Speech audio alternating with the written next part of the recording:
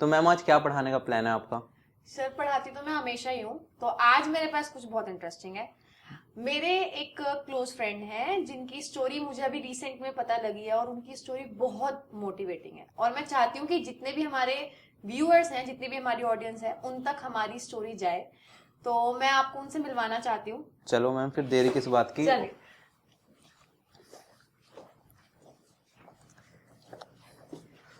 Sir, ये है आलोक। हाय आलोक, कैसे हो? हाँ सर। बढ़िया। तो गाइज, ये है आलोक जिन्होंने अभी 2019 से सीजे अकाउंटेंट की पोस्ट चूज की है और इनकी जर्नी बहुत मोटिवेटिंग है। आपको इनकी स्टोरी सुन के, इनकी जर्नी सुन के पता लगेगा कैसे इन्होंने अपना सफर तय किया है 1800 ग्रेड पे से 4600 ग्रेड पे का। तो आलोक, आपको कैसा लग रहा है यहाँ पर आके? मैम पहले तो काफ़ी नर्वस सा लग रहा है। अरे नर्वस होने की जरूरत नहीं है, ये कोई इंटरव्यू नहीं है, ये आपकी सीधा बात हो रही है हमारे व्यूअर्स से। तो आपको कैसा फील हो रहा है, अब आप बताओ। मतलब वैसे तो उत्सुक हूँ अपनी स्टोरी लोगों तक पहुँचाने के लिए, और कहीं ना कहीं लोगों को जानने में इंटरेस्टेड होंगे, और कुछ अगर मोटिवेट हो सके तो मेरे लिए काफ़ी अच्छी बात होगी। नहीं तो मैं तो खुद के लिए तो काफ़ी मतलब खुश हूँ, और सर से भी मिलने का मौका मिला, ये बहुत बड़ी बात है। आलोक, आप अपने आप को इंट्रोड्यूस कैसे कराना चाहोगे हमारी ऑडियंस के लिए? बस एक सफ़र है जो 1800 ग्रेड पे से स्टार्ट हुआ था, और शायद 4600 ग्रेड पे जाके कुछ समय के लिए रुकेगा। बस इसी जर्नी को मैं आप लोगों के साथ अभी शेयर करना चाहूँगा।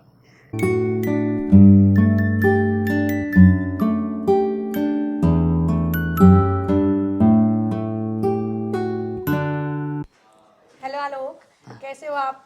है ma'am, thank you. I am fine. तो आज हमें फाइनली हमारा शेड्यूल हो गया है ना? Yes, तो ma'am. आज का आपको नर्वस होने की जरूरत नहीं है, क्योंकि आज हमें सच कोई इंटरव्यू नहीं होने वाला है। आज मैं सिर्फ, मेरा मोटिव ये है कि आपकी बातचीत हो हमारे व्यूअर्स से, हमारे ऑडियंस से। और मुझे लगता है कि आपकी स्टोरी में इतना कुछ है कि सबको कुछ ना कुछ सीखने के लिए मिलेगा, चाहे वो उनकी स्टडी को रिलेटेड जर्नी हो या फिर उनकी पर्सनल लाइफ हो। तो आज मेरा मोटिव यही है। आपको कैसा फील हो रहा है, आप एक्साइटेड हो? Yes ma'am, first of all thank you for having me here, और मुझे ये प्लेटफॉर्म प्रदान करने के लिए मैं काफ़ी आपका थैंक्स कहना चाहूँगा। काफ़ी अच्छा लग रहा है कि मुझे ये अंदाज़ नहीं था कि कभी मैं भी अपनी कहानी लोगों के सामने खुल के बता सकता हूँ। तो सबसे पहले मैं चाहूंगी आप अपना थोड़ा सा छोटा सा इंट्रोडक्शन आप हमारे व्यूअर्स को दो, उनको बताओ कि अभी आपका नाम और सब कुछ आप अपने बारे में जो भी बताना चाहते हो, स्टार्टिंग करना चाहते हो। तो मेरा नाम आलोक राज है, और मैं बिहार के नालंदा ज़िला से पावापुरी के समीप साइंडीह ग्राम से बिलोंग करता हूँ। और मैंने बीएससी कर रखी है मगध यूनिवर्सिटी से। और मैं मतलब एक आम सी फैमिली से बिलोंग करता हूँ, जो कि सबसे बड़ा मेरा स्ट्रेंथ मेरी फैमिली ही है। चलिए, बहुत अच्छे से आपने अपने आप को इंट्रोड्यूस किया।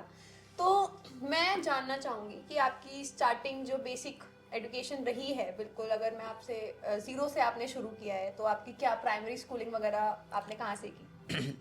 मैम, जीरो से जैसा कि मैं अगर बताना चाहूँ तो मेरे लाइफ की शुरुआत तो काफ़ी अच्छी नहीं मानी जा सकती है। मतलब काफ़ी ऐसे दिन देखने को मिले जहाँ शिक्षा को लेकर के कोई मतलब एक रोशनी की कोई किरण सी नहीं थी कि मुझे शिक्षा की प्राप्ति हो सकती है।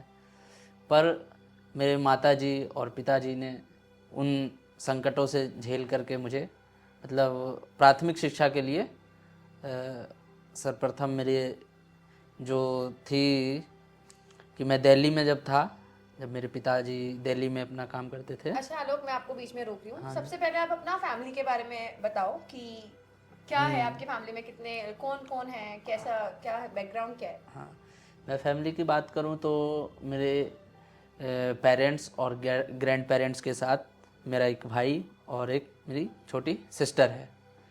और वो अभी वर्तमान में मेरे माता पिताजी कोलकाता में रहते हैं, उनका गोलगप्पे का बिजनेस है जो वो खुद ही बनाते हैं और खुद ही बेचते हैं।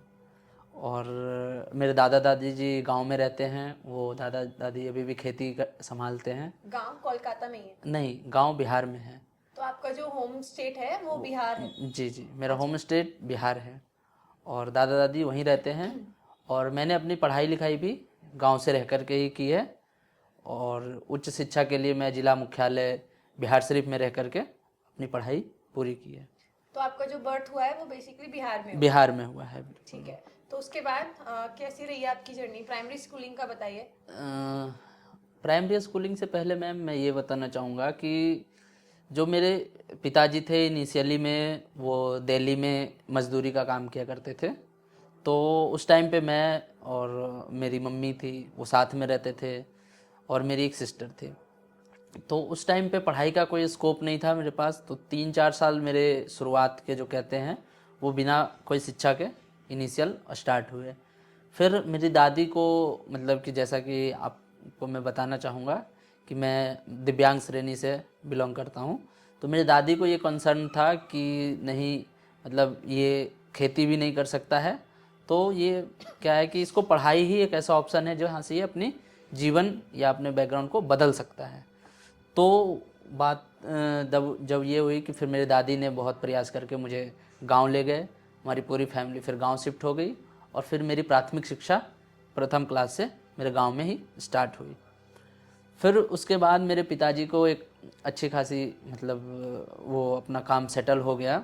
जब वो गोलगप्पा का बिजनेस में वो अपने आप को सेटल कर लिए तो फिर मुझे पास के ही पावापुरी जगह है हमारे गांव से 5 किलोमीटर का, जो महावीर की जहाँ वो मृत्यु हुई थी भगवान महावीर जी की, तो वहीं एक स्कूल है बाल नवोदय विद्यालय करके, जो कि हमारे गांव के ही प्राचार्य उसमें हैं, वो खोल रखे थे एकेडमी। तो वहीं मेरा दाखिला मेरे पिताजी ने 4th स्टैंडर्ड में करवाया है। जी, तब से फिर मैं वहाँ से रह कर के 9th क्लास तक मैंने शिक्षा उसी स्कूल में अपनी प्राप्त करी। अच्छा, तो ये प्राइमरी स्कूलिंग थी आपकी। जी। तो पढ़ाई में आप अच्छे थे मतलब? हाँ, पढ़ाई को लेकर के ऐसा है कि मैं पढ़ाई में इनिशियली मतलब काफ़ी अच्छा मतलब माना जाता था, क्योंकि जब मेरी 6th क्लास से आई थिंक रोल नंबर 1 में रहा हूँ अपने क्लास में। अच्छा। तो फिर 9 तक आते आते फिर मेरे दिमाग में ये आया कि क्या 10th का फॉर्म अभी से भर सकते हैं। मैंने एक कोशिश करी कि 10th का फॉर्म कैसे मतलब बोर्ड कैसा होता है हम देने की कोशिश करते हैं। तो आप 9th में थे जिस टाइम आप ये सोच रहे थे कि मैं 10th का फॉर्म फिल कर सकता हूँ? यस मैम, मैं एक्चुअली मैं जब 9th में था तो ही हमारे सीनियर्स लोगों का रजिस्ट्रेशन हो रहा था 10th के लिए। तो फिर मेरे दिमाग में यही आया कि एक बारी मैं भी क्यों ना अटेम्प्ट करूं। और जब मैंने अटेम्प्ट करने की सोची फिर फॉर्म भी प्राइवेट से फिलअप हो गई। और फिर उस टाइम पे मैंने जब फॉर्म फिलअप किया और जब एग्ज़ाम्स हुए मैंने उसकी थोड़ी प्रिपरेशन करी, तो मेरे जब रिज़ल्ट आए तो 76% मुझे प्राप्त हुए 10th में बिहार बोर्ड से। तो मतलब एक ही साल में आपने 9th और 10th दोनों जो है दोनों क्लासेस कवर कर लिए? यस मैम, एक्चुअली 9th मैंने हाफ ईयर 9th तक पढ़ाई करी। फिर जब मैंने वो उसकी रजिस्ट्रेशन हो गए 10th के, तो फिर मैंने लास्ट के 3 और 4 मंथ्स मैंने सीरियसली 10th की पढ़ाई करी। तो दैट इज ग्रेट। तो अभी जैसे आपको एजुकेशन का मतलब बहुत डिफरेंस लगा होगा 9th से 10th में आपने जो किया, तो आपने उसके लिए ट्यूशंस वगैरह लिए होंगे, राइट? यस एक्चुअली क्या था हमारे स्कूल में ही ट्यूशंस भी दिए जाते थे। अच्छा। तो हमने वहाँ से ट्यूशंस भी लिए, स्पेशली फॉर मैथ्स के लिए थे, क्योंकि काफ़ी चीज़ें तो मैंने खुद से बुक से कवर कर ली थी, पर मैथ्स का ऐसा पोर्शन था कि जो कुछ चीज़ें 9th में नहीं थी वो 10th में स्पेशलाइज्ड थी। तो उन चीज़ों के लिए मैंने वो प्राइवेट ट्यूशंस का मतलब कि इस्तेमाल किया, और जिससे मुझे 76% जब आ गए तो उस टाइम पे बिहार बोर्ड में काफ़ी अच्छा स्कोर माना जाता था 76%। तो फिर आगे की शिक्षा के लिए जब बात आई कि एक क्या 10th फिर से दोबारा पढ़ना चाहिए, तो फिर मैंने ये सोचा कि अपनी आर्थिक स्थिति को देखते हुए माता पिता का कि जैसा कि मैं जब हॉस्टल में रहता था तो मुझे याद है कि मेरे जो पेरेंट्स होते थे साल में एक बार कोलकाता से बिहार आते थे, और उनके पास मतलब जो भी वहाँ अपना रहने को करने को खर्च करने के बाद जो पैसा बचता था, मोस्टली वो उस पैसे को मेरी फ़ीस में वो और मेरे भाई के फ़ीस में वो जमा हो जाती थी। तो ये चीज़ें मुझे मतलब बहुत वो लगा कि अगर मैं 1 साल अगर मैं पहले क्रॉस कर लेता हूँ, 11th में चला जाता हूँ, तो मैं वो 1 साल का फ़ीस पूरा बचा पाऊँगा, जो कि मेरे लिए मतलब आगे की शिक्षा के लिए सफिशिएंट होगा। तो फिर पेरेंट्स ने भी कहा ठीक है, और फिर मैंने 11th में एडमिशन पास के ही VM college, Vardhaman Mahavir college Pawapuri में मैंने एडमिशन इंटरमीडिएट में ले लिया। और उसके साथ ही बिहार का एक दुर्भाग्य ही है कि मोस्टली कॉलेज ऐसे थे कि जहाँ कॉलेज में पढ़ाई नहीं होती थी। सच तो ये ग्रेजुएशन में या 11th और 12th में भी नहीं होती थी और ग्रेजुएशन में भी नहीं होती थी। तो उसके लिए हमें वहाँ के जो प्राइवेट टीचर्स होते थे उनकी ट्यूशन्स लेनी पड़ती थी सब्जेक्ट वाइज। तो उसके लिए मुझे ज़िला मुख्यालय में जब शिफ्ट करने की बारी आई, फिर घर वालों ने काफ़ी सोचा। आई थिंक 2013 की बात थी जब मैं 10th पास हुआ था, तो 2013 में ही फिर मैं अपने ज़िला मुख्यालय बिहार शरीफ में, जो कि एक स्मार्ट सिटी शहर माना जाता है, तो वहाँ रहना खाना सब चीज़ घर वालों ने फिर देखा। उसके लिए मुझे पढ़ाई के लिए ट्यूशन्स की फ़ीस सब उठाने के लिए वो लोग रेडी हुए, क्योंकि तब तक उन्हें भी लग गया था कि ये कुछ कर सकता है पढ़ाई में। इतना विश्वास तो हो गया था, खास करके मेरी मम्मी को तो पहले बचपन से ही विश्वास था कि ये कुछ ज़रूर करेगा। तो उन्होंने मैम फिर 10th की पढ़ाई कराई। 10th के बाद 11th 12th के लिए कोचिंग्स दिलाए, और फिर मेरे कोचिंग्स के साथ ही जब मैंने पेपर 2015 में दिए तो 75% मार्क्स आए 12th में जी। तो फिर ये भी मतलब मुझे अच्छा लगा, और मेरा मतलब प्रारंभिक से ही मतलब ये था कि मुझे IIT की ओर नहीं जाना है, क्योंकि उसमें मेरे साथ के बहुत से लोगों में ये क्रेज़ था कि उन्हें इंजीनियरिंग की तरफ जाना है, तो उन्हें या तो IIT या NIT में शिफ्ट होना था। पर मेरे माइंड में कहीं ना कहीं ये था कि मैं IIT में जा कर के अपने लिए 4 साल मैं सीखूँगा, उससे पहले मैं अगर यहाँ रह कर के मैं जनरल कंपटीशन की तैयारी करना चाहूँगा, क्योंकि उस समय तक मैंने अपने दोस्तों से सुन रखा था कि CGL की कोई ऐसी तैयारी होती है। तो मतलब आपके पास डायरेक्शन थी स्टार्टिंग से, आपको ये पता था कि आपको इंजीनियरिंग करनी ही नहीं है? हाँ, ये कहिए एक अभाव के कारण ही समझिए, कहीं ना कहीं मतलब मुझे ये डायरेक्शन खुद से ही मैंने ये तय कर लिया था। घर वालों को तो खैर इनकी कोई जानकारी नहीं थी कि आगे हायर एजुकेशन में क्या होता है, पर मैंने ही अपने दोस्तों को देख करके ये जानकारी मतलब हासिल की कि SSC के थ्रू हम जल्दी से जॉब में आ सकते हैं। असल में इस चीज़ में आपका स्ट्रॉन्ग पॉइंट ये रहा है आलोक, जो मुझे फील हुआ है कि आप बहुत ज़्यादा अवेयर थे अपनी हर कंडीशन को लेकर। तो आपने आपकी जो वीकनेस थी आपने उसको अपनी स्ट्रेंथ बनाया। यस मैम, मतलब आपके पास जब कहते हैं ना जब दूसरा ऑप्शन नहीं होता है तो वो जो वीकनेस ही आपकी स्ट्रेंथ बन जाती है। तो कहीं ना कहीं एक कहता है गरीबी एक कमजोरी तो होती है, पर वो चीज़ को अगर इंसान मतलब जैसे मेरे केस में था कि मान लेना कि अगर ठान ले कि इसको बदलना है, तो फिर उस केस में आगे लोग मतलब पॉजिटिव ही रिजल्ट आते हैं। जैसा कि मैंने अपने केस में देखा कि फिर उसके बाद 2015 में जब मैंने वो इंटरमीडिएट पास आउट हो गया, फिर मुझे ये डायरेक्शन अब देखना था कि बहुत से लोगों को कन्फ्यूजन था कि मेडिकल में जाना है या फिर उनको इंजीनियरिंग में, पर मेरा क्लियर था कि मुझे जल्दी से जल्दी कोई जॉब लेना है। तो उस टाइम पे फिर मैंने प्रिपरेशन 2015 में स्टार्ट कर दी थी।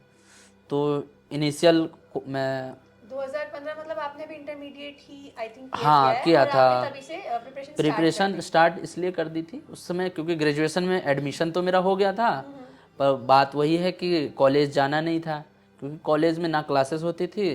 तो उसके लिए मैंने ग्रेजुएशन में के लिए यहाँ ट्यूशन्स लिए बिहार शरीफ में ही रह करके, और फिर मैं साथ में ग्रेजुएशन देते रहा, फर्स्ट ईयर सेकेंड ईयर और फाइनल ईयर। और 2000 आई थिंक मिड 15 से मैंने प्रिपरेशन अपनी स्टार्ट कर दी थी अपने बेसिक लेवल पे, जो कि बिहार शरीफ में ही एक संस्थान है ESC एकेडमी करके। तो काफ़ी अच्छे जेन्यून टीचर थे, सॉरी हैं, तो काफ़ी उन्होंने गाइड किया आगे को लेकर के, क्योंकि कम रिसोर्सेज में आप कैसे आगे बढ़ सकते हैं ये चीज़ मैंने वहाँ से सीखा कि प्रॉपर गाइडेंस क्या होती है, वो चीज़ें उन्होंने काफ़ी इनिशियल प्रोवाइड कराया कि कैसे कैसे करने से, क्योंकि उन्होंने आगे इन चीज़ों को देख रखा था। तो इनिशियल तैयारी मेरी वहीं से स्टार्ट हुई और फिर तैयारी तो चल रही थी। 2016 में फिर MTS का फॉर्म आया और बस वैसे ही हंसी हंसी में हमने फॉर्म भर दिया कि लगा कि चलो फॉर्म आई है तो भर देते हैं सीरियसली। एलिजिबल हाँ थे 2016 हाँ में जो MTS का फॉर्म आया उसके लिए क्योंकि एलिजिबल थे हाँ आप? जी जी, क्योंकि वो 10th बेसिस पे होती थी और 2015 में मिड 15 तक मेरी 2 इंटरमीडिएट कंप्लीट हो गई थी और 18 प्लस में हो चुका था, तो उसके लिए मैं एलिजिबल था। और मैंने 2016 में फिर वो पेपर क्लियर किया।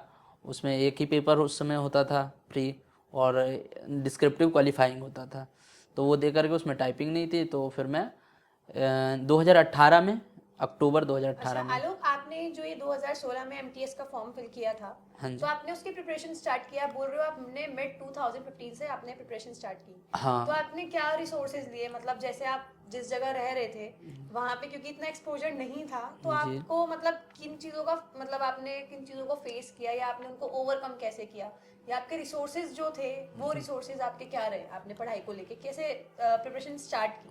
मैम एक्चुअली बात ये थी कि उस टाइम पे रिसोर्सेज कम थे, पर जो रिसोर्सेज थे वो जेन्यून थे। और जो हमारे वहाँ के जो लोकल टीचर्स थे, मैंने वहाँ से सर्वप्रथम मैं ESC एकेडमी की बात बताना चाहूँगा। वहाँ से मैंने इंग्लिश काफ़ी कवर किया। फिर हमारे बिहार शरीफ में ही धनंजय टीचिंग सेंटर करके एक टीचर हैं, धनंजय सर, काफ़ी मतलब वहाँ के गुरु माने जाते हैं। मैंने भी उनसे मैथ्स की क्लासेस ली, क्योंकि 12th में मैंने एडवांस तो मेरा बहुत अच्छा था, क्योंकि मैंने वो जो 12th में करी थी, ट्रिग्नोमेट्री हो गई, 2D ज्योमेट्री, 3D ज्योमेट्री, ये सब जितने थे ये तो मेरे अच्छे थे। पर जो अर्थमेटिक्स में आते थे सेक पोर्शन में, वो मेरे वीक पॉइंट थे जब मैंने क्वेश्चंस देखे थे। तो उनके लिए मैंने धनंजय सर की क्लासेस ली और वहाँ से मेरे काफ़ी बेसिक्स क्लियर हो गए थे। आई थिंक 6 महीने में बेसिक्स क्लियर हो गए थे। पानी नहीं ठीक है। ले लो थोड़ा पानी। तो फिर मैथ्स के तो वहाँ से क्लियर हो गए थे, और इंग्लिश में जहाँ तक SSC की बात थी, तो मुझे ये पता था कि मेंस में मैथ्स और इंग्लिश का पोर्शन ज़्यादा होता है, तो मैंने हमेशा से कोशिश करी कि मैं मैथ्स और इंग्लिश पे फोकस करूं। तो मैं उसके साथ साथ प्री में रीजनिंग का क्लासेस होता था, उसके लिए तो ये MTS वाले एग्जाम में भी सेम यही सब्जेक्ट? सेम सब्जेक्ट होते थे। अच्छा ठीक है। वो उस टाइम पे भी सेम सब्जेक्ट होते थे, MTS, LDC और CGL के लिए। बस लेवल MTS में थोड़ा कम रहता था और टाइम ज़्यादा मिलता था। हाँ, तो ये था मैम। तो 2016 में फिर मैंने रिसोर्सेस वहीं से, जो कि लोकल मॉक के रूप में जो प्रीवियस ईयर्स होते थे वो लगाता था, तो वो चीज़ें मैंने वहीं से ली और मेरा सिलेक्शन उस समय 2016 का जो फॉर्म था उसमें मेरा MTS के तौर पे दिल्ली में केंद्रीय लोक निर्माण विभाग में हो गया था। तो मतलब अभी आपने ग्रेजुएशन कंप्लीट नहीं की है और आपकी जॉब लग चुकी है? हाँ, इसमें यही है कि 2018 में मेरी जब जॉब लगी थी, तो टिल दैट टाइम मेरी ग्रेजुएशन कंप्लीट हो गई थी। अच्छा, तो मतलब ज्वाइनिंग इसकी लेट आई? हाँ, ज्वाइनिंग इसकी लेट आई थी। एक्चुअली 16 का फॉर्म था SSC का, तो उस टाइम पे ये था ही कि लेट से आती थी।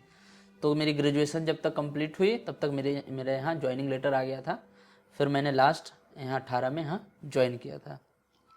अच्छा, मुझे इनकी जर्नी से अब तक जो लगा है ना, वो ये लगा है कि इनके आगे जो भी कंडीशन आई है, इन्होंने गिव अप नहीं किया। मतलब वो कोई भी कंडीशन हो, उन्हें अगर कितनी ही वीकनेस हो, इन्होंने उसको अपनी स्ट्रेंथ में कन्वर्ट किया, जितना मुझे अभी तक फील हुआ है आलोक। और ये बहुत बहुत अच्छी बात है, और इस चीज़ के लिए आई थिंक सभी को जो आपकी लाइफ में है उन सबको आपके ऊपर प्राउड फील हो रहा होगा।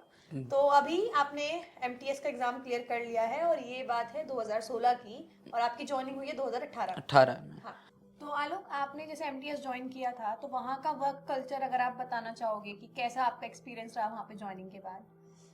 हाँ मैम, तो मैं ये बताना चाहूँगा, जब मैंने 2018 के लास्ट में ज्वाइन करी थी, तो ज्वाइन करने से पहले मेरा ये था फोकस कि मुझे CGL क्रैक करना है, और कहीं ना कहीं ये था मन में कि एक 4600 ग्रेड पे की जॉब मुझे CGL ही दिला सकता है। पर घर वालों के कहने के बाद मैंने कहा कि ठीक है, ज्वाइन MTS कर लेते हैं।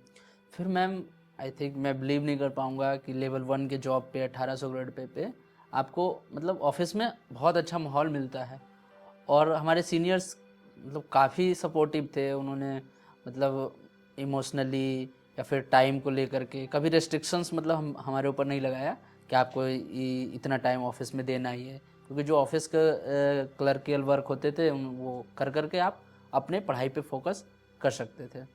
तो फिर उन्होंने ये एक बात तो ये भी थी कि उस समय पे सैलरी 24-25 हज़ार रुपये होती थी, और जो कि दिल्ली में मतलब खर्च हो ही जाते थे।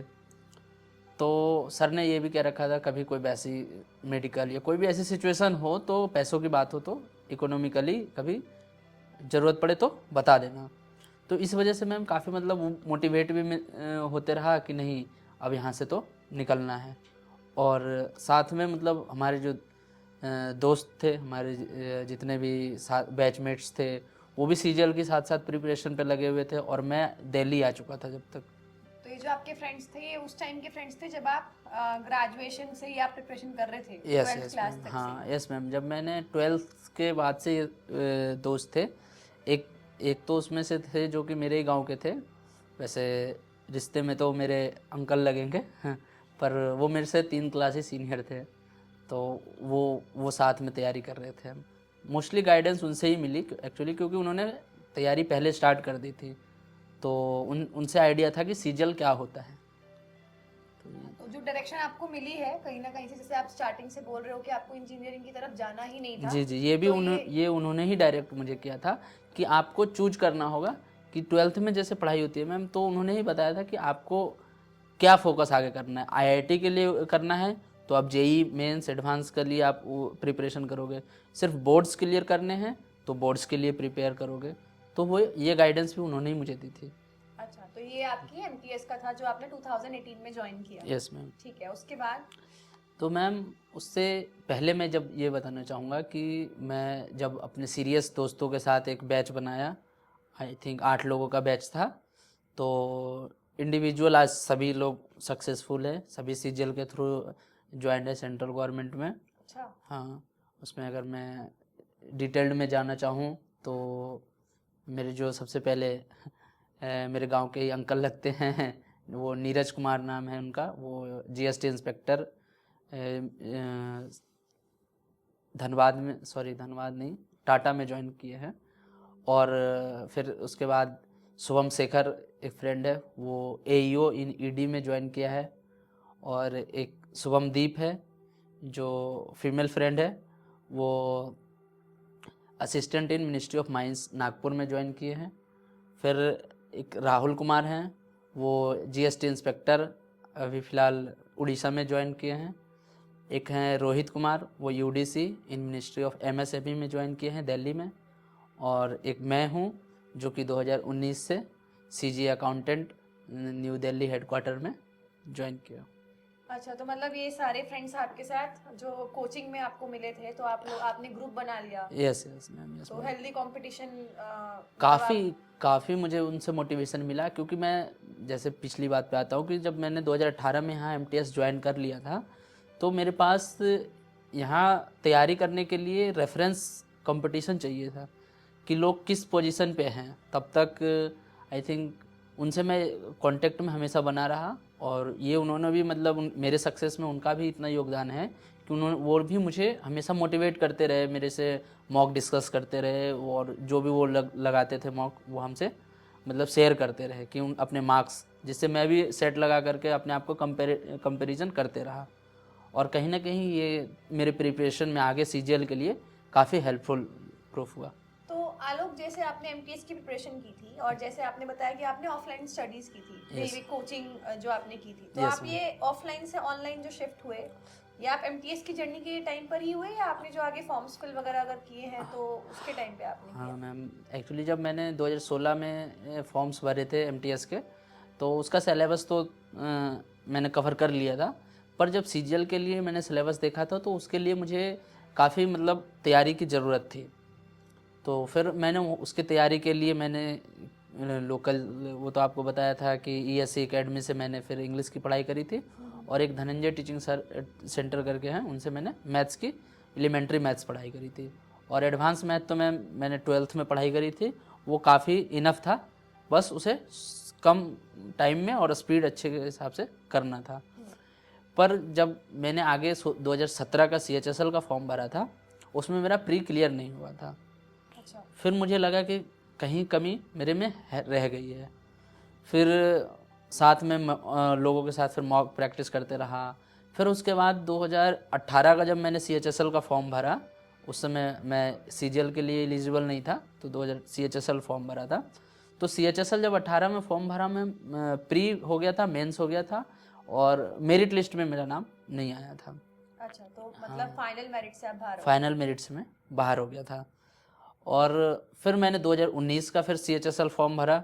और अच्छा आलोक, जैसे आपने MTS का एग्जाम क्लियर किया था, उसके बाद आप बोल रहे हो कि आपको जॉब ज्वाइन करने का मन नहीं था ऐसा। जी जी फिर पेरेंट्स के कहने पे आपने जॉब ज्वाइन की, और उसके जी। बाद जैसे 2 फेलियर्स आपको मिले, तो आप डिमोटिवेट नहीं हुए? आपको क्या लगा कि किस मतलब कहाँ कमी रही? हाँ, नहीं मैम, एक्चुअली तो ज्वाइन करने के बाद मैंने उसको एक अच्छा ही माना अपने आप के लिए कि मैंने ज्वाइन करके एक सही की।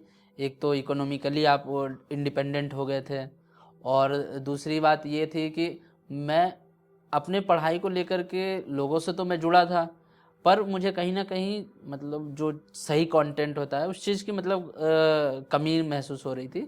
तो मैंने उस टाइम पे 19 के आई थिंक टाइम पे यूट्यूब पे काफ़ी मतलब टीचर्स आ गए थे, तो उनके फिर मैंने वीडियोस देखने स्टार्ट करी। फिर मॉक टेस्ट लगाने स्टार्ट करे, तो काफ़ी जो तैयारी थी उसमें इम्प्रूवमेंट नज़र आया। क्योंकि जब हम तैयारी करते थे तो मॉक टेस्ट का जो एनालिसिस करते थे, तो फ़ोन पे हो जैसे भी उनसे करते थे, तो उस चीज़ को लेकर के काफ़ी क्लियरिटी मिलती थी।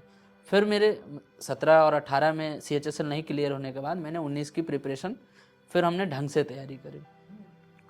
और उस बीच में ही मैं बताना चाहूँगा कि यूट्यूब पे अभिनय शर्मा सर ने इनिशियल वीडियोस डालना स्टार्ट किया था मैथ्स के लेक्चर्स, तो उनको मैंने काफ़ी बार देखा, जिससे भी काफ़ी चीज़ें क्लियर हुई। फिर जब सीरियसली बात हुई कि मैथ्स की तैयारी करनी है, तो फिर मैंने 2019 के लिए गगन प्रताप सर का कोर्स बाय किया था मैथ्स के लिए स्पेशली। हाँ, और फिर उनकी कोर्स करी, तो काफ़ी हेल्पफुल कंटेंट था। कंटेंट थोड़ा ज़्यादा था एब्जॉर्ब करना। फिर उसके लिए रिवाइज्ड मतलब मैं उस कोर्स को लेकर के मैं रिवाइज नहीं कर पाया था। फिर इस बीच में प्रीवियस ईयर करना था, तो फिर तभी RV सर का चैनल मिला। वहाँ से सर के जितने भी कंपाइलेशंस होते थे हमें ईजिली अवेलेबल होने लगे। और आई थिंक ये मतलब उस समय कहें तो एक होता है ना कि कोई आके आपको वरदान सा दे दे कि जो आप मांगो मिल जाए। और टेलीग्राम पे जो कंपाइलेशंस मिलने लगे एक जगह, हर पुराने एग्ज़ाम्स के जो भी होते थे प्रीवियस ईयर जस्ट होते थे, उसके बाद तुरंत डल जाते थे चैनल पे, और वो भी फ्री ऑफ कॉस्ट। तो हमारे लिए तो ये सबसे मतलब बड़ी बात थी। और इसमें मेहनत करने में भी फिर वो मज़ा आने लगा कि चलो मैथ्स के आपको बिल्कुल अलग से क्वेश्चन मिल रहे हैं, या फिर आप चैप्टर वाइज आपका जो चैप्टर कमज़ोर है CISI है तो उसके उठा लो, सिर्फ और सिर्फ वही बना लो। और इसी प्रकार इंग्लिश के मिलते रहे, तो इससे हुआ। तो मैथ्स का तो मैंने सिर्फ वही गगन सर। और फिर एक्चुअली जब पेपर के टाइम पे मैंने यूट्यूब पे स्क्रॉल करते टाइम फिर एक आभास सैनी सर हैं, मैंने उनके कुछ शॉर्ट्स वीडियोस देखे, तो उन शॉर्ट्स वीडियोस में काफ़ी मतलब हेल्पफुल लगा कि कुछ ऐसे सवाल जो ट्रिकी सवाल हैं, जो चीज़ कहीं ना कहीं हमारे मॉक में भी रह जा रहे थे और हम उसको इग्नोर कर दे रहे थे, क्योंकि ठीक है आउट ऑफ 200 नहीं लाना है, हमें 190 मार्क्स ही आ जाए तो हमारा सिलेक्शन, सिर्फ हमारा था कि सिलेक्शन लेना है तो वो आ जाएगा। तो पर उन क्वेश्चन को देख के लगा कि नहीं, ये उन्हीं सवालों में से हैं जो कि फंस रहे थे। तो उनके फिर वो वीडियोस देखे। फिर उन्होंने लास्ट टाइम पे एग्ज़ाम के बिल्कुल लास्ट टाइम के लिए उन्होंने निचोड़ कुछ करके बना रखे थे, तो वो भी काफ़ी हेल्पफुल थे, क्योंकि उसमें पूरा ज्योमेट्री के निचोड़्स हैं, ट्रिग्नोमेट्री के निचोड़्स हैं। तो ये सब चीज़ें मतलब काफ़ी मैथ्स में इन्हीं सब चीज़ों ने स्कोर बढ़ाया। तो मतलब अगर देखा जाए आपने किसी एक कंटेंट को फॉलो नहीं किया, आपने मल्टीपल कंटेंट्स को फॉलो बिल्कुल किया। बिल्कुल मैं तो ये कहना चाहूँगा आज के टाइम पे कि अगर आप एब्जॉर्ब करने का मतलब आपके अंदर कैपेसिटी है, तो आप मल्टीपल टीचर्स को भी मतलब कंटेंट का उनका यूज कर सकते हो, पॉजिटिवली देखा जाए। और अगर आप मतलब उस चीज़ के लिए ये कहने की बात नहीं है, हर आपके सक्सेस में हर किसी का योगदान है, आपने ऑफलाइन लिया हो ऑनलाइन लिया हो। तो मैं इसी से कहना चाहूँगा कि मेरे सक्सेस में काफ़ी मैथ्स में कई टीचर्स का योगदान रहा है। और उसके साथ ही साथ मैं अगर इंग्लिश में बताना चाहूँ तो इंग्लिश में मैंने नीतू मैम की plinth to Paramount book initially वो पढ़ी थी। फिर उसके बाद एसपी बख्शी बुक आती है जो कि वोकैब के क्षेत्र में मैं आज भी मतलब उस बुक का मतलब वो मानता हूँ कि नहीं, उसमें काफ़ी कंटेंट अभी भी है। फिर वो इंग्लिश के लिए मैंने वो फॉलो किया। और जीएस को मैंने खुद ही इतना वेटेज भी नहीं दिया था, क्योंकि एसएससी में भी उसको सिर्फ प्री में 50 मार्क्स के पूछते थे। तो जीएस मैंने इतनी पढ़ाई नहीं करी मैम, जीएस आज भी मेरा वो कमज़ोर पोर्शन माना जाता है। तो बस उसके लिए मैंने क्या था कि गौरव गर्ग करके स्टडी आईक्यू पे पढ़ाते हैं, उनका शायद चैनल है, तो सर से मैंने उनकी पहले आती थी फ्री ऑफ कॉस्ट वीडियोज़, और हम फ्री ऑफ कॉस्ट में विश्वास करते हैं कि हम उसका यूज करें, क्योंकि अगर यूज़फुल ना भी हुआ तो हमारा कुछ जा नहीं रहा है, सिर्फ टाइम जा रहा है, तो वो हमारे लिए इनफ था। तो हमने उनकी वो ऑनलाइन में फ्री वीडियोज़ जो आती थी वो फॉलो करी, तो उससे करंट अफेयर्स काफ़ी क्लियर होते गया। तो ये रहा मेरे कंटेंट्स। और जो स्टैटिक पोर्शन था जैसे हिस्ट्री हो गई, पॉलिटी हो गई। हाँ, जब हिस्ट्री पॉलिटिक्स की बात आती है मैम, तो आई थिंक जैसा मैं कहा कि मैंने शुरुआत से ही काफ़ी मतलब 9 तक तो मैंने पूरी पढ़ाई करी थी। तो उस टाइम से साइंस मेरी 12th में मतलब अच्छी थी, फिजिक्स केमिस्ट्री, और सिर्फ बायो मेरा कमज़ोर था क्योंकि वो 12th में मेरा पोर्शन नहीं रहा था। और मेरे हिस्ट्री ज्योग्राफी में पहले से दिलचस्पी थी, पर इतना नहीं कि जितना डीपली क्वेश्चन आते थे। तो मैंने इन चीज़ों को इग्नोर किया, क्योंकि कहीं ना कहीं स्टैट्स और करंट अफेयर्स पढ़ के भी आपके अगर 31 मार्क्स आ जा रहे हैं तो फिर उस हिसाब से मतलब वहाँ टाइम सेविंग हो जाता है मेरे लिए। अच्छा जी। तो और रीजनिंग? और रीजनिंग के लिए मैम कि उस समय तक तो रीजनिंग इतने वास्ट नहीं आते थे कि जिसके लिए आपको मतलब एक ऑन एन एवरेज स्टूडेंट को कोचिंग्स की ज़रूरत पड़ती थी, क्योंकि उस समय पे जो बुक्स आते थे उसमें सिमिलर क्वेश्चंस ही उस मतलब एग्ज़ाम में आते थे। तो मैंने भी उसके लिए अलग से कोचिंग्स नहीं ली, कोई बुक्स तो थी मेरे दोस्त के पास, उससे मैंने कुछ प्रैक्टिस उससे करे थे। अच्छा, तो वो बुक का नाम आपको भी याद नहीं है? नहीं, नाम तो ऐसा कुछ याद नहीं, कुछ वर्बल रीजनिंग करके था, वर्बल नॉन वर्बल रीजनिंग। तो वो भी काफ़ी पहले मतलब आई थिंक 2017 के आसपास लगाई थी एक बार ही वो रीजनिंग, और बाकी उसके बाद मैंने रीजनिंग नहीं लगाई मैम।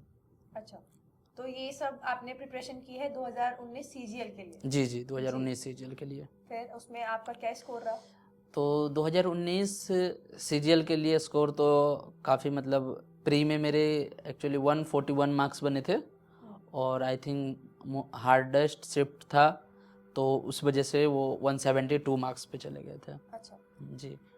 और नॉर्मलाइज स्कोर फिर मेंस हुआ 18 नवंबर को, जो कि सबको पता है कि वो ईजीएस्ट शिफ्ट थी। ईजीएस्ट शिफ्ट थी। और जब 18 नवंबर को एक्चुअली मैं प्रिपरेशन तो मैथ्स की बहुत करके गया था, आपको जैसे बताया इतने कंटेंट मैंने एब्जॉर्ब करे थे, मुझे लग रहा था कि मैं मतलब एक होता है ना सपना, ऐसा था कि मुझे एक बार तो 200 में से 200 करने हैं मैथ्स में। क्योंकि मैंने पहले अपने जो प्राथमिक शिक्षा के दौरान मैंने एक बारी 100 आउट ऑफ 100 मैथ्स में मार्क्स लाए थे, तब से ही मुझे लगता था कि मैं किसी दिन 200 आउट ऑफ 200 मतलब इसमें सीजीएल में आया था तो कर सकता हूँ। तो ये था। और जब पेपर 18 नवंबर को देने गया तो उस हिसाब से paper serial wise serial number से स्टार्ट होने गए। वैसे प्रैक्टिस तो करी थी मॉक में कि क्या छोड़ना है, कैसे आगे बढ़ना है, सेकेंड राउंड में कितने क्वेश्चन करने हैं, सब स्ट्रेटजी थी। पर पेपर जिस हिसाब से आया था मैम, तो सीरियल वाइज होते गए, पेपर होते गए और 100 तक मैं पहुंच गया। पर फिर भी मेरे मार्क्स आए 195। और ये मेरी सबसे बड़ी मतलब मैं इसको भूल या कह सकता हूँ इसे सीख भी मुझे ये मिली, और जो मैं मतलब आप लोग को भी बताना चाहूँगा कि अगर कोई चीज़ आपको आसान दिख रहा है तो इसका मतलब वो बिल्कुल आसान नहीं है, उसमें कुछ ना कुछ तो ऐसी बात है। मेरी गलती ये हुई थी कि मैंने जब आई थिंक आधे घंटे पहले मेरा पेपर क्लियर हो गया था, तो मैं उस चीज़ की खुशी मना रहा था। मैं इधर उधर लोगों को देख रहा था, कुछ लोग लगे हुए थे, कुछ लोग मेरे जैसे बैठे हुए थे कि जिनके पेपर हो गए थे। तो मैंने गलती ये करी कि मैंने दोबारा से क्वेश्चन को रिवाइज़ नहीं किया। अगर मैं रिवाइज़ कर लेता तो आज मेरे वो 2 क्वेश्चन गलत नहीं हुए होते। तो उसके वजह से मेरे 195 नंबर रह गए और फिर वो बढ़ कर के 219 मार्क्स पे गए, वरना 200 से 244 मार्क्स पे जाते। वो 25 मार्क्स मेरे लिए काफ़ी आगे चल के वो क्रिटिकल साबित हुआ कि मेरे फिर टोटल मार्क्स जो थे, इंग्लिश में 170 मार्क्स बने थे या 170 मार्क्स बने थे और इसमें 219 मार्क्स, और टोटल मेरे 623 पॉइंट, और आई थिंक उसका तो मार्क्स याद नहीं, 60 या 62 मार्क्स थे डिस्क्रिप्टिव में। तो मेरे टोटल 623 पॉइंट समथिंग बने थे। तो ये जो आपने प्रिपरेशन की है 2019 की, मतलब जो आपने फॉर्म फिल किया वो यूआर कैटेगरी से किया था या जनरल से किया था?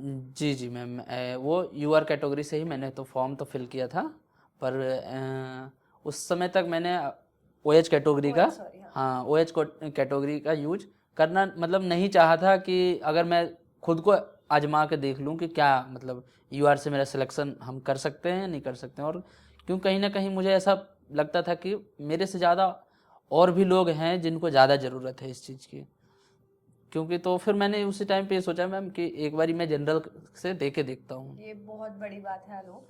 अच्छा, टियर 1 और टियर 2 के लिए तो आपने बता दिया आपने कैसे प्रिपरेशन की। टियर 3 डिस्क्रिप्टिव था, तो आपने उसकी प्रिपरेशन कहाँ से की? तो डिस्क्रिप्टिव के लिए क्या है मैम कि मैंने कोई खास प्रिपरेशन नहीं करी, कुछ फॉर्मेट्स देखे थे कि औपचारिक पत्र अनौपचारिक पत्र को कैसे लिखना है। तो उसके लिए बुक आपने ली? नहीं, उसके लिए कोई बुक नहीं ली थी। यूट्यूब पे काफ़ी वीडियोस मतलब सर्च करने के बाद मतलब ऐसे मिल गए थे। आई थिंक पिनैकल का करके कोई मैम तो पढ़ाती थी उस टाइम पे, तो उनके कुछ वो देखे थे जो कि वो पेड कोर्स का वो सॉल्यूशन करवाती थी, तो उनका कुछ देखा था। तो उससे कुछ आइडिया लग गया था कि हाँ ऑफिशियल अनऑफिशियल एप्लीकेशंस लेटर्स में क्या फ़र्क होते हैं किन, और एसेज के लिए तो कोई वैसी तैयारी नहीं करी थी और जनरल टॉपिक ही आया था, तो बस लिख के आ तो गए। आपके मार्क्स बैठे 623? जी 623। जी। और तो अब आपकी पोस्ट प्रेफरेंस की अगर हम बात करें, जैसे रिजल्ट आया, आपको सिलेक्शन का पता लगा, तो उस टाइम पे आपकी फैमिली का रिएक्शन, आपका रिएक्शन? मैम जब रिजल्ट आया था 2019 का, तो घर वालों को तो काफ़ी मतलब अच्छा लगा कि चलो एक तो ग्रेजुएशन लेवल का जॉब मिल गया। आसपास के लोगों को भी जब पता चला तो कुछ लोगों ने तो यही बोला कि ओएच में है तो इसलिए सिलेक्शन हो गया होगा। मैंने कहा चलो ठीक है, लोगों की जैसे कोई खुश होते हैं आपके सक्सेस से, कोई वैसे सोचते हैं, तो मैंने कहा ठीक है। और मैं आपको बता दूं, अभी तक आलोक ने एक भी फॉर्म ओएच कैटेगरी से फिल नहीं किया था। तो जो इनकी 2019 से जो इन्होंने सिलेक्शन लिया भी है वो भी इनका यूआर कैटेगरी से था। जी। तो फिर मैम उसके बाद जब लोगों को अच्छा लगा, पर कहीं ना कहीं मुझे जब 2023 में सीजीए अकाउंटेंट के लिए मैं क्वालिफाई हुआ, 2019 में? सॉरी हाँ 2019 में जब मैं सीजीएल अकाउंटेंट के लिए क्वालिफाई हुआ, तो आपने यही पोस्ट प्रेफरेंस में सीजीए अकाउंटेंट ही डाला था? यस, क्योंकि मैंने जब उस समय आरबी चैनल पे शुभम सर का जब वो आया था एनालिसिस, तो कहीं ना कहीं मैंने भी प्रेडिक्शन के हिसाब से देखा था कि मैं 2800 ग्रेड पे तक मुझे मिल सकती है। अब डिसाइड मुझे ये करना था कि या तो मैं सीजीडीए ले लूँ या सीजीए ले लूँ। तो मुझे लगा कि सीजीए में जहाँ तक मुझे पता चली थी कि 90% मिनिस्ट्रीज में ही पोस्टिंग होती है, तो उसके लिए आपको दिल्ली ही मिल जाएगा। और क्योंकि मेरी प्रीवियस पोस्टिंग भी दिल्ली में थी, तो इसलिए मैंने सीजीए अकाउंटेंट को ऊपर रखा था, और ऊपर मिलने के तो चांसेस थे नहीं, तो इस वजह से मैंने सीजीए अकाउंटेंट को ऊपर रखा था। और फाइनली मुझे सीजीए अकाउंटेंट हेडक्वार्टर में पोस्टिंग मिली।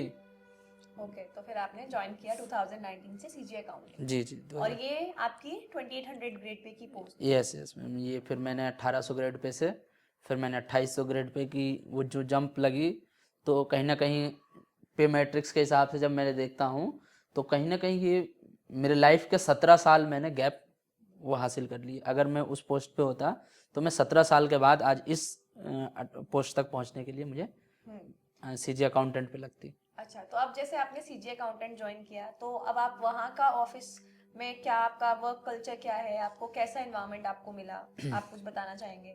बिल्कुल मैम, एक्चुअली जो सीजी अकाउंटेंट है तो हेडक्वार्टर आईएनए पे पड़ता है न्यू दिल्ली में।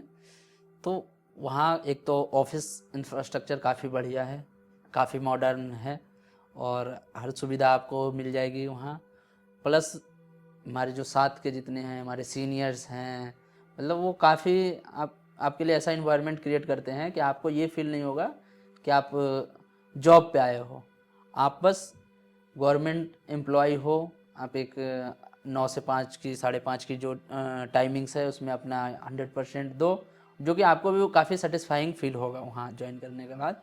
फिर लकीली मेरा बैच ऐसा था कि जिसमें 7-8 लोग हम लोग ज्वाइन किए हैं और सब लोग काफ़ी अच्छे हैं। साथ में हमेशा कोई भी दिक्कत किसी को आती है, हर कोई एक दूसरे का मतलब वो उसके लिए रेडी है। और प्रोफेशनल वे में अगर मैं आपसे पूछूं वर्क लोड का, तो मैम मैं अभी तक बता दूं कि मैंने 3 सेक्शंस में वहाँ हेडक्वार्टर में काम किए हैं। तो हर सेक्शन का वर्कलोड अलग अलग होता है, कहीं आपको थोड़ा कम मिलेगा, कहीं थोड़ा ज़्यादा, पर एडजस्टेबल है। जो अमाउंट आपको गवर्नमेंट पे कर रही है उतने में आप प्राइवेट में आपसे बहुत डबल काम लिया जा सकता है, पर जो गवर्नमेंट के हिसाब से आपके लिए बिल्कुल वो एडजस्टेबल है और उसमें आपको कोई दिक्कत नहीं होगी। आपको हफ्ते में 2 दिन की लीव मिल रही है और इससे आपका वर्कलोड मैनेज आराम से हो जाता है। ठीक है। तो अब आपने 2019 का अकाउंटेंट जो है एज ए ज्वाइन किया है, तो इसके बाद अब आपका क्या प्लान है? आप अभी भी आगे आप पढ़ रहे हैं या क्या कर रहे हैं? मैम जब एक्चुअली 2019 से जब मेरे मार्क्स आए थे तो मुझे पता चला था कि मैं 2800 ग्रेड पे तक मुझे मिल जाएगी। तो फिर साथ साथ में मैंने 2020 का भी फॉर्म भरा था और जब उस फॉर्म को मैंने OH कैटेगरी से फिर मैंने फॉर्म फिल किया था। तो अभी आप जो OH कैटेगरी पे शिफ्ट हुए, मतलब आपने कुछ नोटिस किया कुछ? हाँ, कहीं ना कहीं मैंने नोटिस ये किया कि जब मेरे 2019 में मार्क्स आए थे तो जिस मार्क्स पे मैंने देखा कि कहीं ना एक ग्रिड होता है ना, वो इंसान के अंदर जागता है कि यार इस मार्क्स पे तो मैं किसी भी पोस्ट के लिए मतलब चूज कर सकता था, जिसके लिए भी मैं एलिजिबल था। MEA से लेकर के इंस्पेक्टर से लेकर के मतलब जितनी 4600 ग्रेड पे की थी पोस्ट मैं वो चूज कर सकता था। फिर कहीं ना कहीं मुझे लगा कि अगर मेरे पास कोई डिफिशियंसी है और उसका फ़ायदा अगर कहीं मुझे मिल रहा है तो फिर लोगों ने भी कहा कि यार तुम्हें लेना चाहिए। फिर मेरे भी कहीं ना कहीं फाइनल तो डिसीजन मेरा ही था। तो फिर मैंने कहा ठीक है यार 2020 से भर देते हैं। वैसे ही भर दिया क्योंकि 19 से लग रहा था हो ही जाएगा जॉब, तो 20 से बस भर दिया था फॉर्म और जो 19 की प्रिपरेशन थी उसको आगे कंटिन्यू किया और 20 में एग्ज़ाम दे के आया, प्री अच्छा हुआ, फिर मेंस दे के आया। तो सोर्सेज वही थे जो पहले थे, बस उनको रिपीट आप कर हाँ, रहे थे? सोर्सेस वही थे, बट उसके बाद क्या था ना कि मेरे पास फोकस्ड और मतलब वो हो गए थे, लिमिटेड हो गए थे कि हाँ इन चीज़ों को ही रिवाइज करना है, क्योंकि तब तक मैं काफ़ी चीज़ें वो होता है ना कि छाट चुका था कि ये चीज़ें मतलब इरिलेवेंट है, क्योंकि बहुत से टीचर्स बहुत इरिलेवेंट सी चीज़ें भी पढ़ा रहे थे उस टाइम तक। तो मुझे लगा कि कहीं ना कहीं मुझे एक सिलेक्शन लेना है, ना कि एक टीचर बनना है। तो अगर टीचर बनना होता तो मैं उसमें PhD करता, लेकिन मुझे सिर्फ सिलेक्शन के लिए मुझे जो चीज़ें मैं मॉक टेस्ट में लगा रहा था, प्रीवियस ईयर मॉक्स में देख रहा था, तो उन चीज़ों को देखते हुए मैं बस उस पर फोकस हो गया था। लिमिटेड टाइम के अंदर बस ये रिवाइज करना है मेरे पास। तो 20 में फिर मैंने वही पुरानी चीज़ों को रिवाइज किया क्योंकि सिलेबस वही था, TCS का पैटर्न था। फिर मैंने 20 का फॉर्म भरा, प्री में बहुत अच्छा रहा। स्कोर आपको याद है आपका? प्री में मैम मेरे 162 मार्क्स रहे थे। हाँ, तो और फिर मेंस में मेरे आई थिंक मेंस मेरा सही नहीं हुआ था मैथ्स में, क्योंकि मैं उस समय पे कॉन्फिडेंट हो गया था कि 19 से तो सिलेक्शन हो ही रहा है, तो 20 में मतलब ये वो मेरी कमी भी रही कि मेरे मैथ्स में उस समय 165 मार्क्स ही बने थे, 165 बने थे। और फिर इंग्लिश मेरा एवरेज वही रहता था, तो उस समय मेरे इंग्लिश में 170 मार्क्स बने थे। पर जब रिजल्ट आया उसके बाद मेंस तक तो मैं दे करके खुश था कि हाँ OH कैटेगरी में हूँ ही। कहीं ना कहीं ये एक चीज़ मैंने ये भी नोटिस किया है कि आपकी जो मेंटलिटी है ना वो भी मतलब आपको कम आंकना सिखाती है कि ठीक है इतने में सिलेक्शन हो जाएगा, बस इतना ही करना है। तो तब तक फिर मैं कॉन्फिडेंट था कि चलो मेंस तक इतना भी दे दिया ठीक है। जबकि मेरे दोस्त थे उनका मेरे से काफ़ी मार्क्स ज़्यादा था, पर मुझे कहीं ना कहीं ये बैड फील नहीं हो रहा था, क्योंकि मुझे लग रहा था यार मैं तो एक कैटेगरी से बिलोंग कर रहा हूँ जहाँ सिलेक्शन हो सकता है।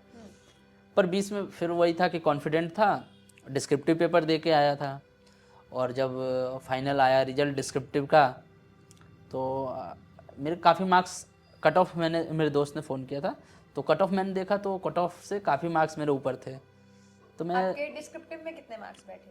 यही तो बात है बतानी कि जब आया डिस्क्रिप्टिव के मार्क्स, रिजल्ट आया उस टाइम पे, क्योंकि मार्क्स कुछ दिन बाद आते हैं, रिजल्ट पहले आता है आपका।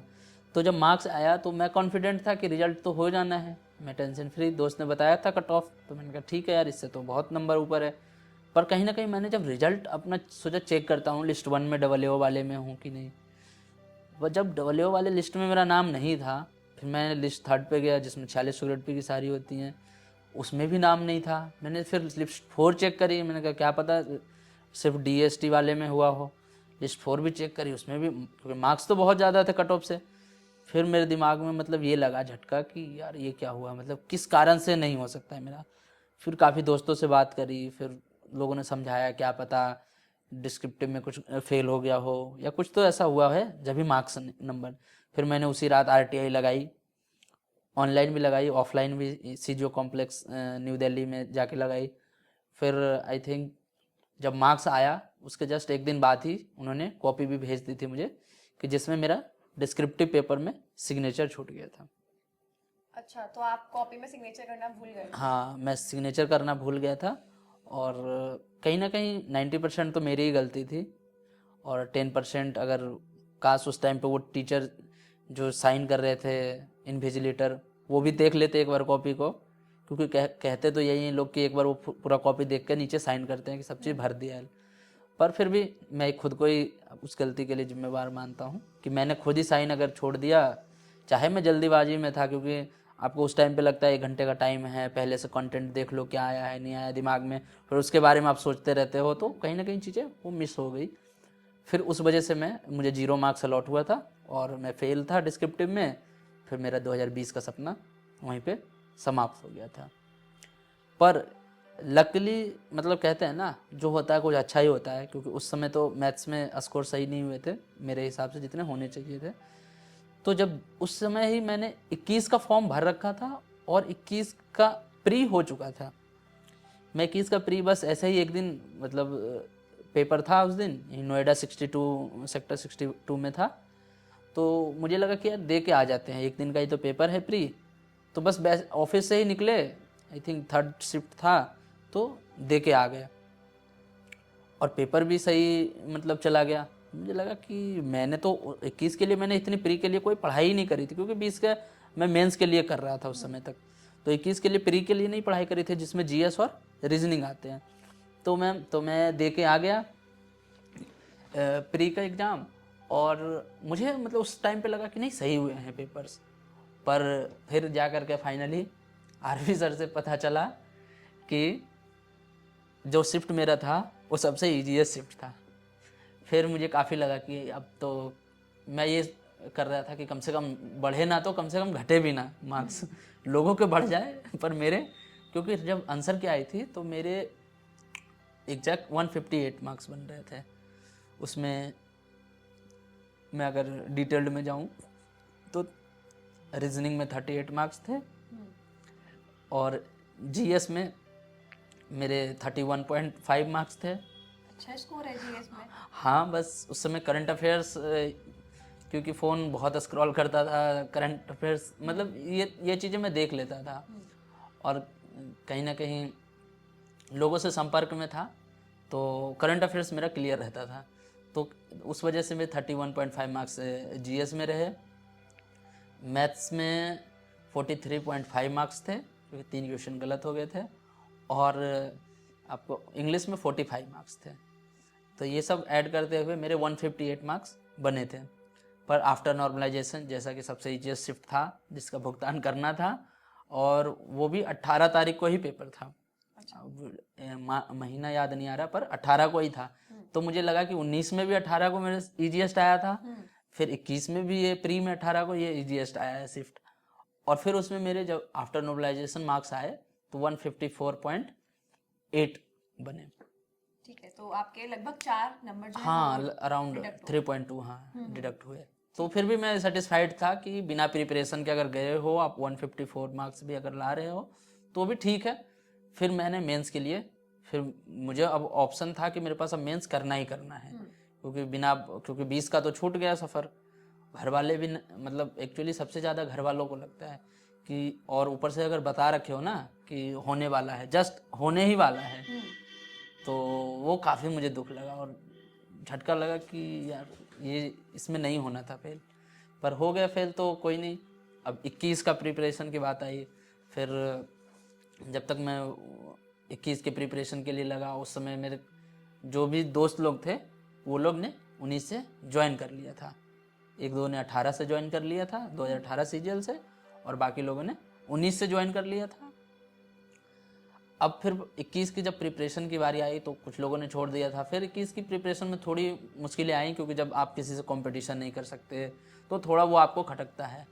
फिर मैंने सुपर मॉक्स मतलब वो लिया, और सुपर मॉक्स को मतलब मैं काफ़ी मतलब उसके कंटेंट से रिलेट कर पा रहा था कि हाँ चीज़ें टीसीएस के पैटर्न पे मिल रही है। और फिर उसके बाद खुद से प्रैक्टिस करनी थी, तो फिर आरबी टेलीग्राम चैनल पर से फिर वो कंपाइलेशंस जितने भी मिलती गई मैं बनाते गया। और उसके बाद रेमो सर का मैथ्स का ग्रुप था, तो कहीं ना कहीं उस पर मैं फिर एक्टिव हो गया कि जैसे कुछ लोग सवाल भेजते थे ना, तो मेरे अंदर ये लगता था कि चलो सबसे पहले मैं बनाता हूँ। तो इन चीज़ों को इनिशियल्स में तो मैं फिर उसको पोस्ट भी करता था, फिर दोबारा लगता था कि रहने दो, खुद ही कर लो, लोगों को क्या बताना है बस। तो ये चीज़ें स्ट्रेटजी रही, तो इन चीज़ों से मतलब 21 की फिर मैंने प्रिपरेशन करी। और फिर यूट्यूब पे जब तक तो आप भी आ गई थी लास्ट लेटली, फिर मैंने कुछ वीडियोस देखे जो कि मेरा कंप्यूटर्स मेरे काफ़ी कमज़ोर थे, तो मैंने एक्सेल शीट्स, पावर पॉइंट्स ये सब बनाना, CPT था उस time हाँ उस टाइम पे सीपीटी था। तो और उसका रिजल्ट में भी काफ़ी मतलब दिखा कि मेरे वो मैं बताऊं तो मेरे आउट ऑफ 200 180 मार्क्स आए थे। That's nice. Oh. या तो कुछ चीज़ें थी जिसको फिनिशिंग करना था, कुछ चीज़ें थी वो चीज़ें मतलब आपसे भी वो सीखा। तो कहीं ऐसा नहीं, मुझे ऐसा था कि कहीं से भी सीखने को मिल रहा है सीख लो, उसके लिए कोई दिक्कत नहीं है। तो अपना वो नहीं लगता था मुझे, मेरे से कोई अगर जूनियर्स भी अगर कोई सही कर रहा है तो उससे भी आप सीख लो, और किसी को गाइड करने का मौका मिले तो गाइड कर दो, ये था। तो आपका 2021 में जो स्कोर बैठा टोटल वो कितना बैठा? हाँ 2021 में मेरा स्कोर जो है फाइनली 556.3 बैठे हैं आउट ऑफ 700? आउट ऑफ 700, हाँ। और आउट ऑफ 900 651 मार्क्स बैठे हैं। ठीक है, तो अब आपकी पोस्ट प्रेफरेंस की बारी थी, तो हाँ। आपने क्या चूज किया? तो मैम जैसा कि फिर दोबारा मैंने एनालिसिस देखा, अपने पोस्ट प्रेफरेंस भरने से पहले एक बार तो इंसान एश्योर हो लेना चाहता है कि जो मैं भर रहा हूँ उसके लिए मुझे अपना होम स्टेट या डिजायर्ड लोकेशन मिलेगा कि नहीं। क्योंकि आजकल सबसे बड़ी समस्या ये बन गई लोगों को कि हायर पोस्ट ग्रेड पे लेकर के तो चले जाते हैं भरने से पहले, लेकिन उन्हें जब साउथ मिल जाता है फिर वो नेक्स्ट ईयर में आते हैं, सिर्फ ग्रेड पे सेम रहती है वो लोकेशंस।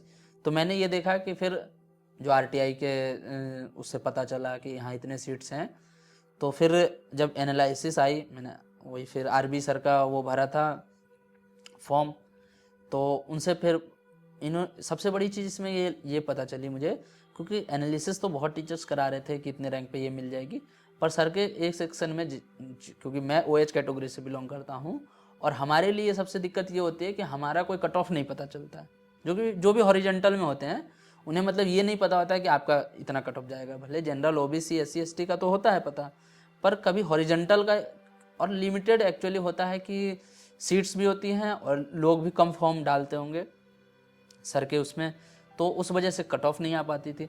पर सर का ये था कि सर ने उसकी पीडीएफ्स डाल रखी थी, जैसे ओएच का VH का, ये इसकी उसके साथ ना वीडियो में अपनी पीडीएफ लगा रखी थी।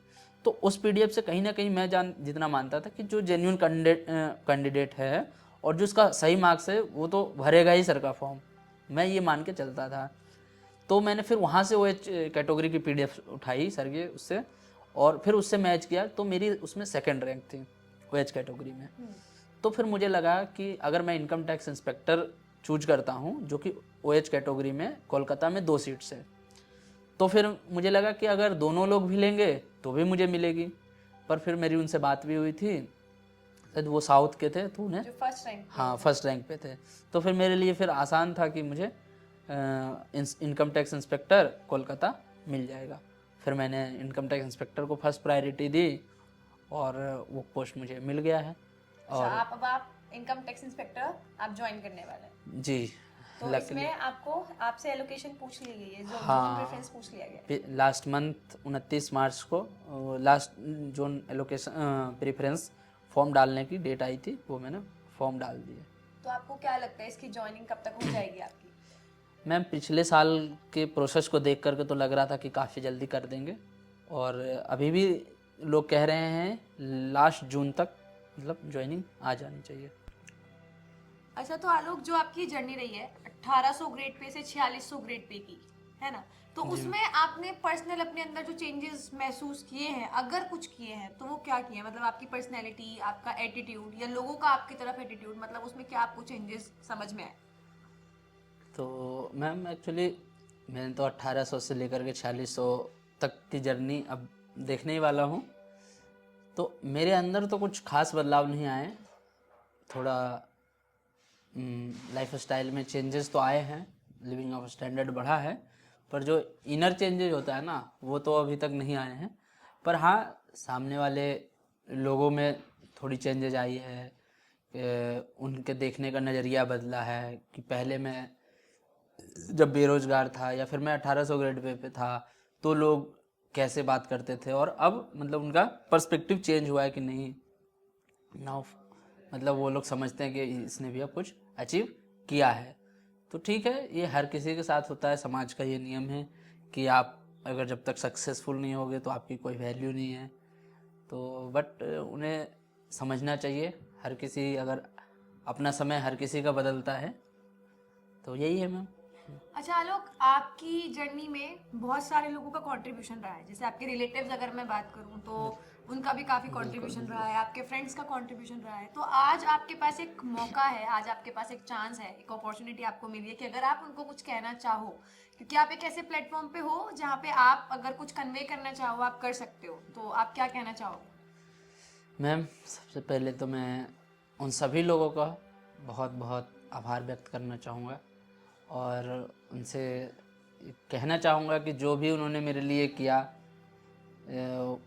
कहीं ना कहीं मैं उसके लिए हमेशा आभारी रहूँगा, चाहे वो मेरे साथ के पढ़ने वाले दोस्त हों, ये मेरे इनिशियल्स पढ़ाई के दोस्त हों, फिर हायर एजुकेशन के टाइम पे जो मैंने प्रिपरेशन करी उन लोगों को, और उनमें मैं एक ख़ास मेरी दोस्त अभी भी है, उनका मैं जिक्र करना चाहूँगा, क्योंकि उन्होंने कहीं ना कहीं जब मैं इमोशनली टूट रहा था, कहीं मतलब फेलुअर हो रहा था, कहीं डिस्क्वालीफाई हो रहा था, तो उन्होंने उस बीच में काफ़ी मतलब पॉजिटिव्स जो होते हैं ना, वो व्यूज़ दिए कि चलो कुछ नहीं, जो होता है वो अच्छा ही होता है, इससे बेटर डिजर्व करते हो, समथिंग समथिंग, मतलब उन्होंने हमेशा मोटिवेट रखा, और कहीं ना कहीं मेरे प्रिपरेशन में भी उनका काफ़ी योगदान रहा।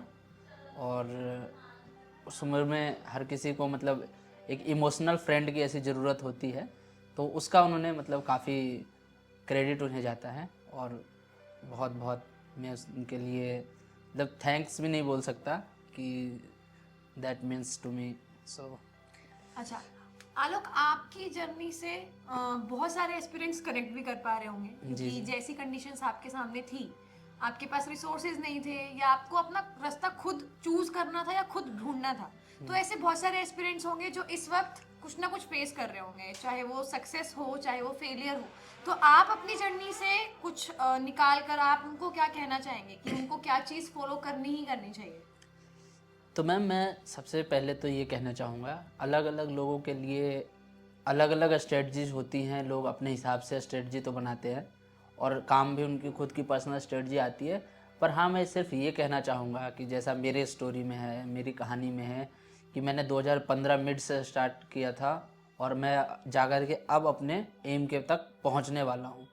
तो उनसे बस यही करना चाहूँगा कि अब अगर एक बार फेलियर होते हैं, 2 बार फेलियर होते हैं, तो उन्हें ना तो अपना होप छोड़ना चाहिए, जो कि एक बहुत बड़ी बात है, और दूसरा है कि उनको अपनी कंसिस्टेंसी बनाए रखनी चाहिए। जैसे कि कई लोग एसएससी कुछ एक बार फेल हो गए, 2 बार फेल हुए तो छोड़ करके किसी और बैंकिंग सेक्टर में शिफ्ट हो जाते हैं, फिर ना इधर का मतलब उन्हें सक्सेस मिल पाता है ना उधर का, इस वजह से। और दूसरी बात ये कहना चाहूँगा कि मैंने तो अपने टाइम पे कुछ ऑर्गेनाइज्ड नहीं थे कंटेंट इतने, तो फिर काफ़ी लेटली मुझे मिलना स्टार्ट हुआ। तो अब मैं चाहूँगा उनसे कि जो भी वो फॉलो करे, किसी एक टीचर को फॉलो करे, और जो भी कंटेंट करे एक जगह से करे, तो उनको लिमिटेड टाइम में काफ़ी मतलब सही चीज़ें मतलब मिल जाएगी और सक्सेस तक वो पहुंच सकते हैं बिल्कुल, अगर उनमें कैपेबिलिटीज़ हैं। आलोक, मैं आपको अपना पर्सनल व्यू बताऊं तो आपकी जर्नी से मुझे क्या सीखने को मिला है कि जो भी कंडीशंस या जो भी फेलियर्स इन्होंने फेस किए या जो भी चीजें ऐसी थी जो इनके लिए एक चैलेंज की तरह आ रही थी, जो वीकनेस बन सकती थी, इन्होंने उसी चीज को अपनी स्ट्रेंथ बनाया। तो वो कहीं ना कहीं एक तरीके से सेल्फ मोटिवेटिंग स्टोरी है कि इनको कहीं और से किसी बाहर के सोर्स की जरूरत नहीं पड़ी। तो मैं आप सभी से ये कहना चाहूंगी कि अगर आप कुछ भी आप जर्नी आप कर रहे हैं, आपकी जर्नी है, तो सबसे पहली चीज जो आपको होना चाहिए वो है खुद पे विश्वास। दूसरा, अगर आप किसी को भी फॉलो कर रहे हैं, आप एक टीचर को फॉलो कर रहे हैं, आप मल्टीपल टीचर्स को फॉलो कर रहे हैं, but you have to have faith on them, क्योंकि अगर आपका विश्वास नहीं होगा तो आप जिनको फॉलो कर रहे हैं आपका उन पे विश्वास नहीं है या आपका खुद पे विश्वास नहीं है, तो आपको वो डायरेक्शन नहीं मिलेगी। बाकी लोग, आपके साथ टाइम स्पेंड करके मुझे बहुत अच्छा लगा और मैं उम्मीद करती हूँ कि आपको भी बहुत अच्छा लगा होगा यहाँ पे सभी लोगों से कनेक्ट होकर। बिल्कुल बिल्कुल मैम, मुझे यहाँ करके बहुत मतलब अपना स्टोरी बता करके कहीं ना कहीं अगर मेरी वजह से कोई एक आदमी भी मोटिवेटेड होता है, उसको लगता है कि नहीं अगर इन्होंने कर लिया तो मैं क्यों नहीं, तो इसी मंत्र के साथ मैं कहूँगा कि अपने आप को मैं बहुत गौरवान्वित महसूस करूँगा और यहाँ करके बहुत अच्छा लगा ma'am. Thank you. Okay, thank you guys.